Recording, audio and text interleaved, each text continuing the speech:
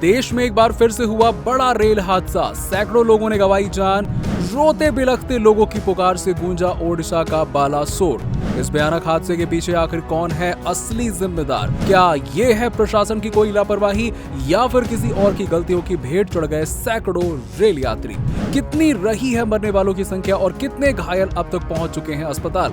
आइए जानते हैं अपनी आज की इस रिपोर्ट में। शुक्रवार शाम को करीबन 8 बजे ओडिशा के बालासोर में एक ट्रेन के पटरी से उतरने की खबर आई, लेकिन कुछ समय बाद पता चला कि ये घटना दरअसल एक ट्रेन से जुड़ी नहीं थी, बल्कि 3 ट्रेनों की आपस में भिड़ंत हुई थी, जिसमें मरने वालों की संख्या 231 बताई जा रही थी। लेकिन अभी लेटेस्ट न्यूज के हिसाब से इस ट्रेन हादसे में मरने वालों की संख्या 231 से बढ़कर 261 हो गई है और इस एक्सीडेंट में 900 से ज्यादा यात्री घायल भी हुए हैं। रेलवे के मुताबिक 650 लोग अस्पताल में भर्ती हैं। हादसा बालासोर के बहानगा बाजार स्टेशन के पास 2 जून को शाम करीबन 7 बजे हुआ। रेलवे अधिकारियों के अनुसार बहानगा बाजार स्टेशन के पास आउटर लाइन पर एक मालगाड़ी खड़ी थी। हावड़ा से चेन्नई जा रही कोरोमंडल एक्सप्रेस जहां पटरी से उतर गई। तेज रफ्तार कोरोमंडल एक्सप्रेस का इंजन मालगाड़ी पर चढ़ गया। ट्रेन की बोगियां तीसरे ट्रैक पर जा गिरी। कुछ देर बाद इसी ट्रैक पर आ रही हावड़ा बेंगलुरु दुरंतो ने कोरोमंडल एक्सप्रेस की बोगियों को टक्कर मार दी। इसके बाद दूसरी ट्रेन के डीरेल होने की बात पता चली। रात में करीबन 10 बजे साफ हुआ कि 2 यात्री गाड़ियां और एक माल गाड़ी टकराई हैं। शुरुआत में सिर्फ 30 लोगों के मारे जाने की खबर थी, लेकिन देर रात ये आंकड़ा 200 के पार पहुंच गया। हादसे में 20 घंटे बाद यानी कि शनिवार दोपहर 2 बजे तक रेल मंत्री या रेलवे मिनिस्टर की तरफ से हादसे की वजहों पर कुछ भी नहीं कहा गया। हादसे में सुरक्षित बचे 1000 पैसेंजर्स को विश्वेश्वरैया हावड़ा एक्सप्रेस से हावड़ा रवाना किया गया। बालासोर से आने वाली एक स्पेशल ट्रेन से घटनास्थल पर फंसे 200 पैसेंजर्स को खाना और राहत सामग्री देकर भेजा गया।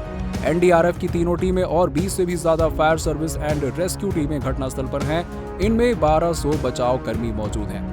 भुवनेश्वर में अधिकारियों ने बताया कि हादसे के बाद 115 एम्बुलेंस, 50 बसें और 45 मोबाइल हेल्थ यूनिट्स तैनात की गई हैं। एनडीआरएफ और एयरफोर्स के हेलीकॉप्टर्स रेस्क्यू के लिए पहुंच गए हैं। भुवनेश्वर और कोलकाता से भी रेस्क्यू टीमें भेजी गई हैं। सेना के पूर्वी कमान से चिकित्सा और इंजीनियरिंग टीमों को एम्बुलेंस और मेडिकल एड के साथ बालासोर में तैनात किया गया है और 2000 से ज्यादा लोग रात भर बालासोर मेडिकल कॉलेज के बाहर खड़े रहे ताकि घायलों को मदद पहुंच सके। कई लोगों ने खून डोनेट किया।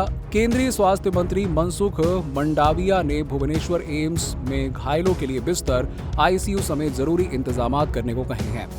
दुर्घटना के बाद शनिवार 3 जून को होने वाला गोवा मुंबई वंदे भारत एक्सप्रेस का इनॉर्गेशन कार्यक्रम रद्द कर दिया गया। पीएम नरेंद्र मोदी कुछ देर में घटनास्थल का दौरा करेंगे। वो बालासोर रवाना हो गए हैं। प्रधानमंत्री अस्पताल में घायलों से भी मिलेंगे और इससे पहले उन्होंने रेल हादसे की समीक्षा के लिए हाई लेवल मीटिंग भी बुलाई थी।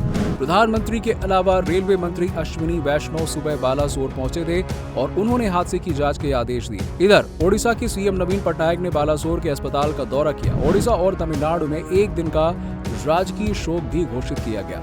पश्चिम बंगाल की सीएम ममता बनर्जी बालासोर पहुंच गई हैं और वहीं तमिलनाडु के मुख्यमंत्री ने ओडिशा के मुख्यमंत्री से बात की और तमिलनाडु के मंत्री उदयनिधि स्टालिन, शिव शंकर और ए महेश ओडिशा जा रहे हैं। फिलहाल इस मामले में अभी रेलवे की तरफ से कोई ऑफिशियल स्टेटमेंट नहीं आया है कि आखिरकार ये घटना किसकी लापरवाही का नतीजा है और उनकी तरफ से जांच करवाने की बात अभी तक कही जा रही है। इस हादसे को लेकर आपका क्या कहना है? कमेंट सेक्शन में कमेंट करके बताइए। साथ ही ऐसे ही लेटेस्ट न्यूज के लिए हमारे चैनल सीधी लकीर को सब्सक्राइब करना ना भूलें।